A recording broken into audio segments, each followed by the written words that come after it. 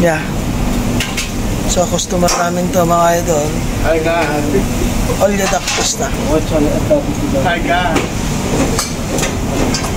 Si Champo mismo ang gagawa dyan kasi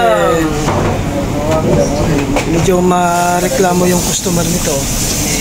Gusto niya masarap-sarap daw. Diba Jam? Special request ha? Special request Cham ang gagawa. Ayan na. Mekos na niya. Okay. No tasting.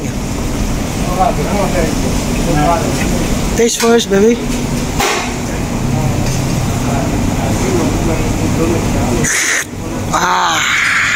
Alright.